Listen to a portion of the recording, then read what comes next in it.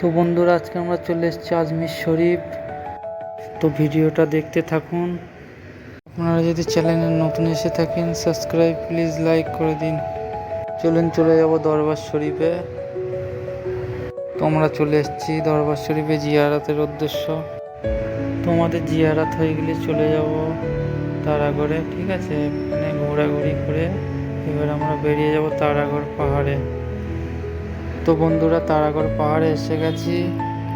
তো এবারে যাব মাজার শরীফে, ওপরে তারাগড়ের, ঠিক আছে? ওখানে মাজার শরীফে আসলাম, সেখানে দেখলাম জিয়ারাতে, সে জিয়ারাত করে দিলাম, ঠিক আছে? তো আমাদের জিয়ারাত হয়ে গেল, এবার আমরা রওনা দেবো, ঠিক আছে?